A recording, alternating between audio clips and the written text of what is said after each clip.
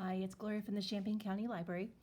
And in February, we are having Harry Potter book night, and we're going to have a special grab and go for adults and teens. And I wanted to show you a quick tutorial on completing this craft, but feel free to get creative with it and just decorate the way you like. So what it's going to be, it's a layered craft. It's the deer head, and it has Hogwarts and the wizards here on the front, and you'll get just a plain one, but then once you decorate it, it will have all the colors on it, and you can line it up and glue it, and you'll have your own little display. So I'll show you the quick way of doing this. Most kits will have paint. If not, you can use markers, crayons, probably gel pens to decorate your deer. So we'll go ahead, and if you've watched any other videos, I am not a creative person, so if you have other ideas, run with it.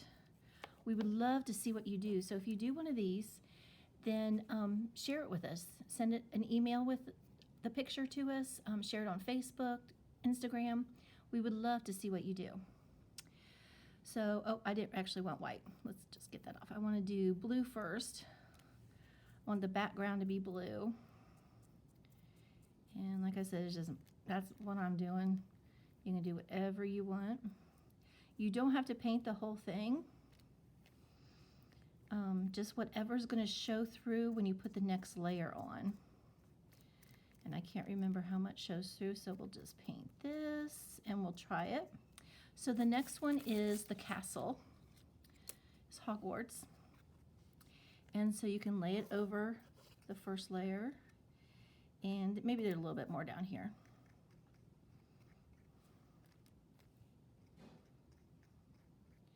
You might want to wait until it's dry before you actually put the layers together. I would, just to be safe. But you can kind of hold it up to see if everything is getting covered. Okay, I'll set that to the side. And then now Hogwarts. I'm going to paint that black. And I'm just double dipping my paintbrush. If you want, of course, you can have some water to clean it out. I'm just way too lazy. So I'm just painting the parts I'm pretty sure that are covered up by this. Let's see, the next one is the little city. I'm sure Diagon Alley is in there. Yep, it's covered up. Okay, so I'll set this one off to the side.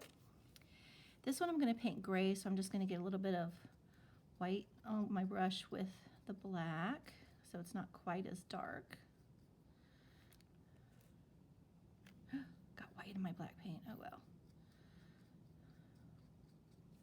You could really get, if you're artistic, you could really get detailed, paint some details on this. That would be great. Use some different colors, some of the house colors maybe somewhere. There'd be a great place a little bit later to use some of the house colors. Okay, so this is the next layer. It's like some mountains, and that covered it up pretty good. So I'm going to set that one to the side. Now we've got the mountains. So the mountains I'm going to paint white, and I'll try to get some of the paint off here. So we'll take the white and paint this. It's a little bit of dirty snow.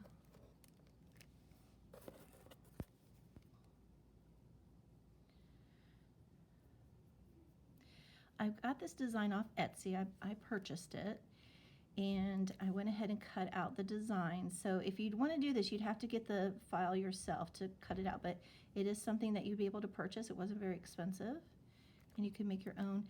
The original file is much bigger than this, but I shrunk it down. I don't think I said this. I cut these out on our Glowforge. It's the most recent piece of equipment we've added to the Imagine Lab, and the Glowforge cuts wood, cardboard, paper, acrylic, all different kinds of things. So this is a real thin cardboard that I cut it out on, and it was really easy to cut, but it was a file that I already bought because you have to have the file to cut, and so it's one that was all ready to go, so that was easy. Then the next one is the wizards. So I'm pretty much covered. There is one other thing on here. There's a little owl up here, so let's get some more white. I'm sure you know what the owl's name is. I can't remember now that I'm doing this. I'd have to look it up. But Harry has an owl. So there's that. Now for the wizards, I'm going to paint them black, their robes black. And then I only included limited colors of paint in there. So if you have some markers, we can kind of personalize this a little bit.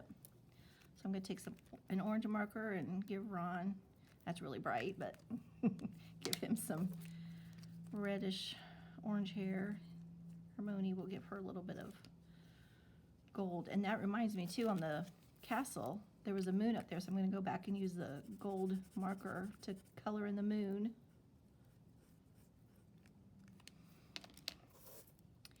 And then Harry, I'm just going to paint his hair black. There are real tiny little, what are those called? Scarves on them. And so you might want to go in and take like a toothpick and paint the scarves of house colors. I'll just paint white down here underneath on the ground. Okay, that should be it. So let's layer these up. So here's the first layer, the second layer, the third layer. That would probably make that a little bit more gray. Here's the mountains, the wizards, and then the final outline. Now let's see if I can get this lined up a little bit better. And there you go. So there's your little Harry Potter craft that we have for you.